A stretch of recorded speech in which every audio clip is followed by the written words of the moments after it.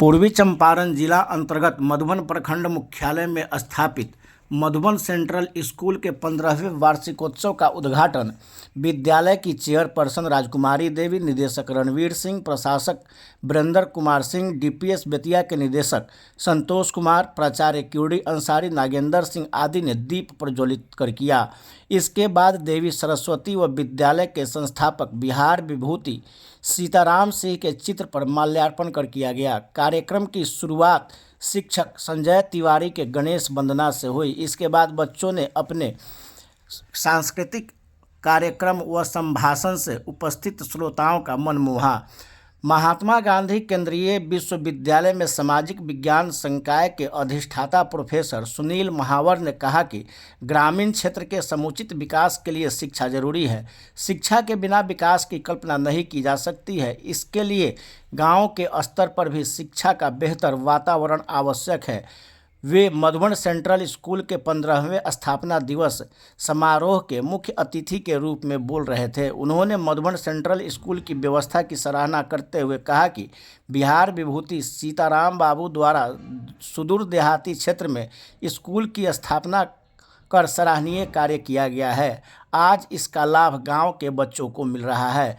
पूर्व मंत्री सह स्थानीय विधायक राणा रणधीर सिंह के संरक्षण एवं निदेशक रणवीर सिंह के देखरेख में विद्यालय का बेहतर संचालन चल रहा है।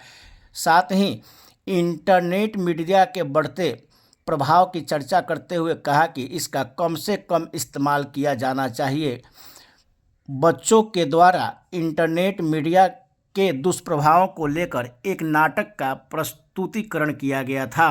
वहीं राणा रणजीत सिंह ने भी विद्यालय के द्वारा किए जा रहे सर्वांगीण विकास के लिए निदेशक रणवीर सिंह की सराहना की। राणा रणजीत ने कहा कि यह एक बगीचा है जिसमें क्षेत्र के हजारों बच्चे शिक्षारत हैं। वहीं निदेशक रणवीर सिंह ने आगत अतिथियों का स्वागत किया और कहा कि वे इस क्षेत्र में लगातार बेहतरी के लिए अपना योगदान दे रहे हैं। गतिविधियां यहाँ पर जो छोटे छोटे बच्चों ने जो है अपना नृत्य प्रस्तुत किया हमारे समक्ष, और कुछ जो नाटक यहाँ पर खेले गए प्रेरणादायी नाटक थे। सारे बच्चों को उनसे प्रेरणा लेनी चाहिए। एक जो नाटक शुरू में खेला गया जो मैंने देखा रानी लक्ष्मीबाई और झलकारी बाई वाला, तो ये जो नाटक बच्चों ने तैयार किया, मुझे जानकर खुशी हुई कि एक जो कैरेक्टर कई बार हमसे छूट जाता है झलकारी बाई वाला, उस कैरेक्टर को भी यहाँ पर दिखाया गया कि झलकारी बाई का भी रोल हमारे स्वतंत्रता आंदोलन में रहा लक्ष्मीबाई के साथ, और किस तरह से लक्ष्मीबाई के साथ मिलकर वो लड़ी थी। अभी एक नाटक अभी थोड़ी देर पहले हुआ जो सोशल मीडिया के संदर्भ में था। आज जो समाज है हमारा, उस समाज में मोबाइल ने इस तरह से हम पे कब्जा कर लिया है जो इस नाटक के माध्यम से हमको देखने को मिला, और उसमें किस तरह से बच्चों और बच्चों के पेरेंट जो है मोबाइल की गिरफ्त में इस तरह से शामिल हो गए हैं कि कहीं ना कहीं उनको अपने समाज में और समाज के विभिन्न कार्यों में समय नहीं मिल रहा है।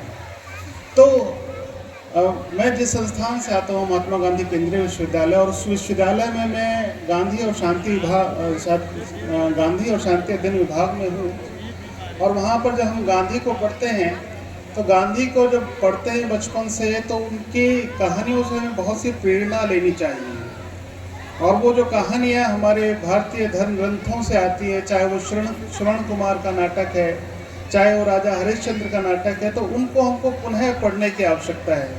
आप सभी को जानकारी है गांधी जी ने सत्याग्रह किया, और वो सत्याग्रह अंग्रेजों के विरुद्ध था, और वो सत्याग्रह इसी धरती से प्रारंभ हुआ।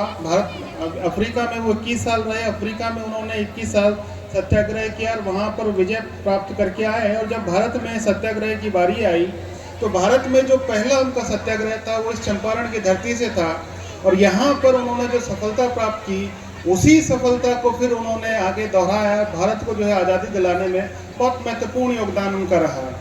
अभी ये जो नाटक हुआ इसमें हमको देखने को मिला कि सोशल मीडिया किस तरह से हमारे दिमागों पर कब्जा किए हुए है। तो आप सभी को एक और सत्याग्रह करने की आवश्यकता है। ये सत्याग्रह हमें अपने जो इस तरह के संसाधन हैं, चाहे मोबाइल हो गया, टीवी हो गया, जो सोशल मीडिया हो गया, इसके विरुद्ध करने की आवश्यकता है।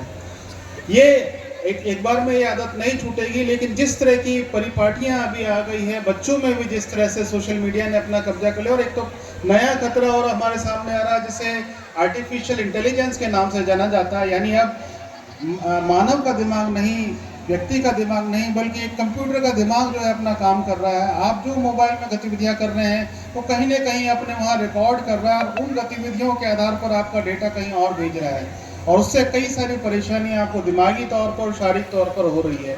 तो वो जो